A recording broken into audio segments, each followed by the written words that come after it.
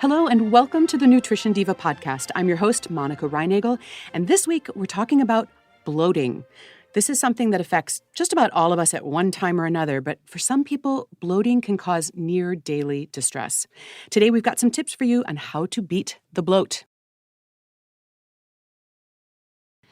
Joining me in the Quick and Dirty Tips studios today is registered dietitian and digestive specialist Tamara Duker Freuman. Tamara has a new book out called The Bloated Belly Whisperer. It's coming out next week. And despite the somewhat whimsical title, I think that this is one of the most useful and necessary nutrition books I've seen all year. Welcome to the podcast, Tamara. Thanks for having me. And congratulations on this wonderful book. Thank you. So I hear from people all the time who suffer from bloating, and they want to know what they should be eating or what they should be avoiding in order to avoid it. One time, I even had a bridal magazine call me for an interview, and they wanted some tips on what the brides should eat the week before they got married so they wouldn't be bloated on the big day. And of course, you see all kinds of magazine and internet stories with hints on foods to prevent bloating.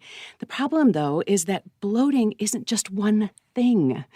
We use that word to describe a lot of different symptoms and sensations, which could be caused by a wide range of different things. And what I love about this book, Tamara, is that you break this all down and talk about all the different things that might fall into this category. And you even have a quiz that can help us figure out what might be causing our bloating. Because getting relief really depends on matching the cure to the cause. Is that right? That's exactly right. And I think your point about magazine articles looking for, quick and dirty tips about how to beat bloating really can't capture how nuanced it is and how individualized the problem is. And until you really know what is causing it, there's no way you're going to know how to treat it with diet. You could waste a lot of time running down trails that aren't actually leading you to a solution if you don't have the right cause in mind. Yeah, and beyond that, you could make things worse.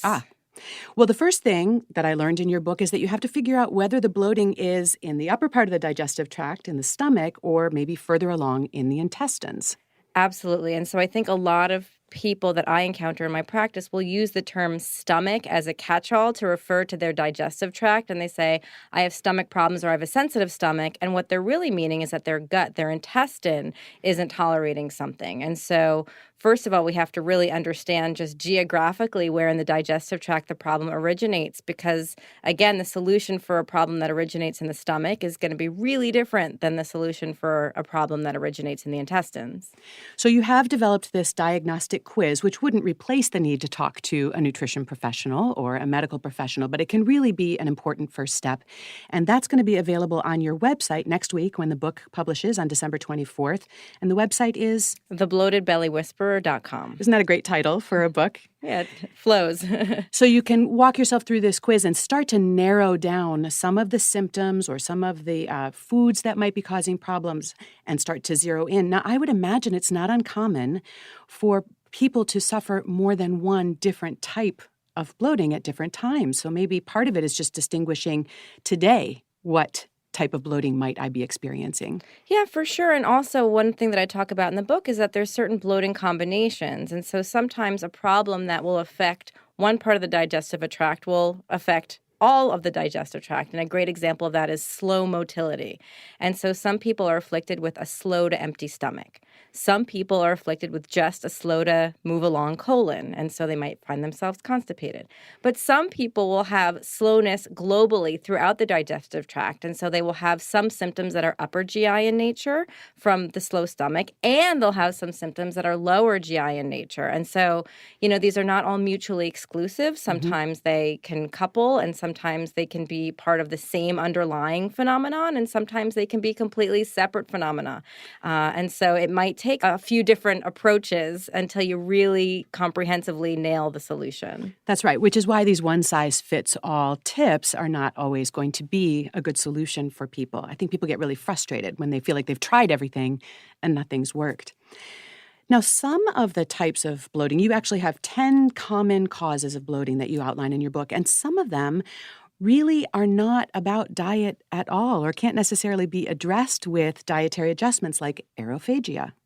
Yeah, that's exactly right. I mean, I think that there's this very common assumption that if I'm bloated, if there's a problem in my digestive tract, it must be something I'm eating. And that leads to these default solutions about elimination diets. Okay, what should I cut? Hmm. Maybe I'll try gluten, maybe I'll try dairy. And as you correctly note in the book, I talk about several problems that have nothing to do with diet, that me as a dietitian can't really give you a strong dietary recommendation for. But what I can do is help you understand that foods that you have eliminated were probably unnecessary. And so you don't need to suffer these really rigid, restrictive diets to get your problem under control. For certain things, it might be about a lifestyle change, a medical intervention.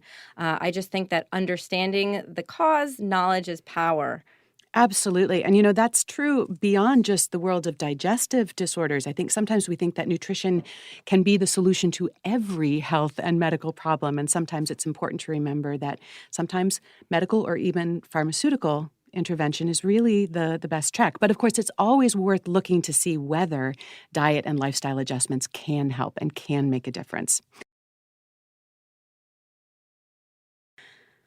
I'm here with Tamara Duker Freuman. She's the author of a new book, The Bloated Belly Whisperer. If you have ever suffered from any kind of bloating, you need to put this on your to-read list. It's one of the best books I've read all year, so helpful. Tamara, I want you to talk to us a little bit about fiber. Fiber is something that we hear so much about. It's supposed to be the solution to all of our problems, and yet for some people who suffer from different kinds of bloating, which can be a lot of different things, fiber may actually be part of the problem. How do we know? So fiber is really complicated. Fiber has a lot of different attributes. And so we'll start there. What is fiber? It is something that is from a plant that our bodies as humans cannot break down. That is the definition of fiber. We can't break it down. So it stays pretty much intact in our digestive tract, and it affects our digestive function. We have this tendency to think of fiber, oh, that's what you need when you're constipated because it helps you go. That's not always the case. So certain types of fiber definitely will help you go. But sometimes people who are prone to going too much or like diarrhea can benefit from types of fiber that can slow you down and hold on to water and form a stool. And so fiber can either speed you up and it can slow you down. For some people, maybe who have muscles in their pelvic floor, which is sort of lower abdomen, that don't function properly, they might find that they're unable to pass fiber and pass their stool well when there's too much of it. And so some people who are really constipated for that particular reason may find that a high fiber diet will make their constipation worse, not better, until they kind of fix the underlying muscle dysfunction. Some people will have a lot of fiber in an attempt to become more regular and become less bloated, only to choose the types of fiber that are the exactly most gas-producing types of fiber out there on the market, and will find themselves even more bloated as the result of a high-fiber diet. So as is the bigger message of this book, which is you need to tailor a fiber solution to your problem. More is not always better. Sometimes more is better. And even within the world of fiber, to be thoughtful about which fibers from which foods. And again, I go into a lot of detail about it because it's complicated. Well, one of the most helpful things in your book was the chart that you have for the different kinds of fiber, which are higher in soluble fiber, insoluble fiber. That's something that we've talked about on the podcast a lot before, which type of fiber does what. But then you add to that the dimension of the fibers that are more and less fermentable. Talk to us a little bit about fermentable fibers and how they may contribute to bloating. Right. So fermentable basically means that bacteria can ferment them. Bacteria can digest these types of fibers. And that can be a good thing, right? When we're talking about beneficial bacteria in the gut. From an objective health standpoint, fermentable fibers are very health promoting. They produce a healthy, diverse, robust ecosystem of bacteria in our gut. Those bacteria produce a lot of byproducts when they break down the fiber that are protective in terms of colon cancer risk and all sorts of great stuff. So objectively speaking, that is a healthy thing to be going on. But if you are someone who struggles with a ton of gas pain and bloating and it's just a huge misery in your life, more fermentable fiber isn't going to be good for your quality of life.